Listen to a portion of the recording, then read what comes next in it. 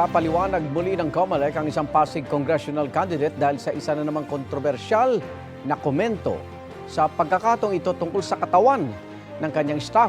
Una nang pinuna ang naturang kandidato dahil sa mga sinabi niya na tungkol sa mga solo parent. May unang balita si Dano Tingkungko.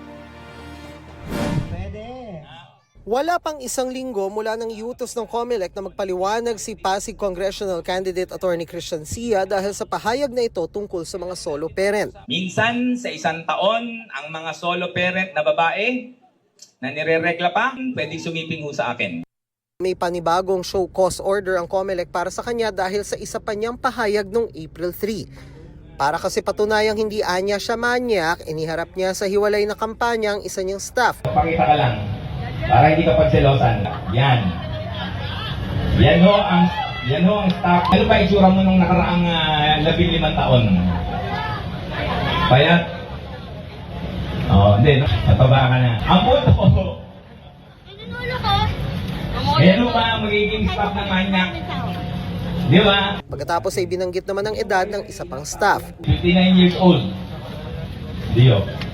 Pagdating mo sa babae, malinaw po. Ang babae ay nire-respeto at minamahal. Binigyan ng COMELEC ng 3 araw si Sia para magpaliwanag kung bakit hindi siya dapat sampahan ng election offense o petition for disqualification. Ang pangalawa na show cause order sa kanya dahil doon sa kanyang sinabi sa entablado, lalo na kahit ito ay address sa kanyang assistant. Ang sinasabi kasi natin public yon habang sa isang campaigning yon, and therefore naririnig ng madami at napapanood ng madami. Ngayong linggo ay dedesisyonan ng Task Force SAFE ng COMELEC kung dapat siyang kasuhan ng disqualification. Inihain na ni Sia ang kanyang paliwanag sa naunang show cause order. Kung matuloy sa disqualification case, sunod na pag-aaralan kung may sapat ding basihan para sa hiwalay na reklamong paglabag sa Omnibus Election Code. Sa parehong show cause order, ipinunto ang posibleng paglabag sa COMELEC Resolution 1116 na itinuturing na election offense ang diskriminasyon laban sa mga babae at pangaharas batay sa kasarian. Sinusubukan naming hingan ng paliwanag si Sia sa panibagong show cause order ng COMELEC. Nauna na siyang nagsorry kaugnay sa sinabi niya tungkol sa mga solo parent.